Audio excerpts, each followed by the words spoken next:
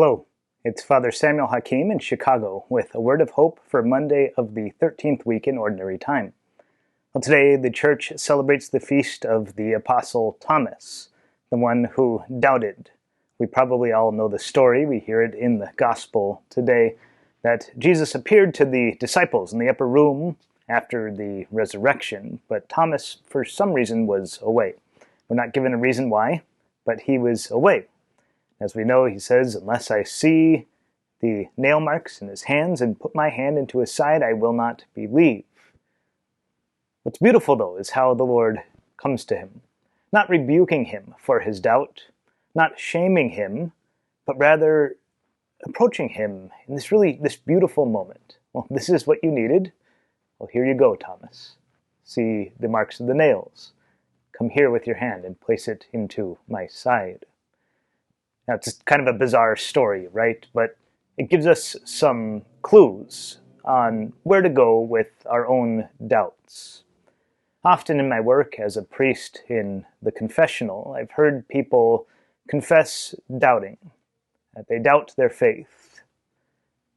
And really, at face value, doubt is not in and of itself a sin.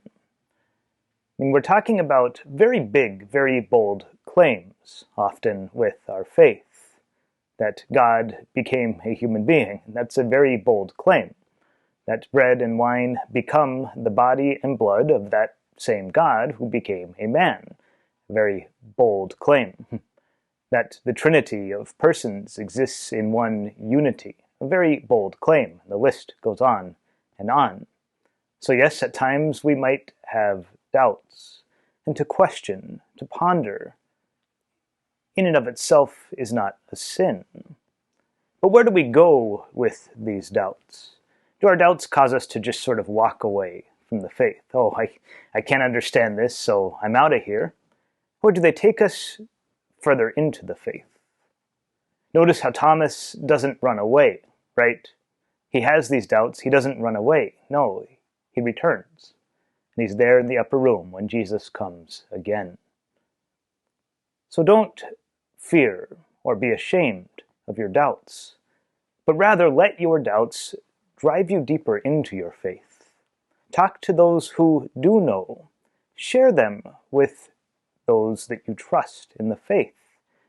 Approach Jesus in the Eucharist, in the Mass, in times of prayer. Bring your doubts to him.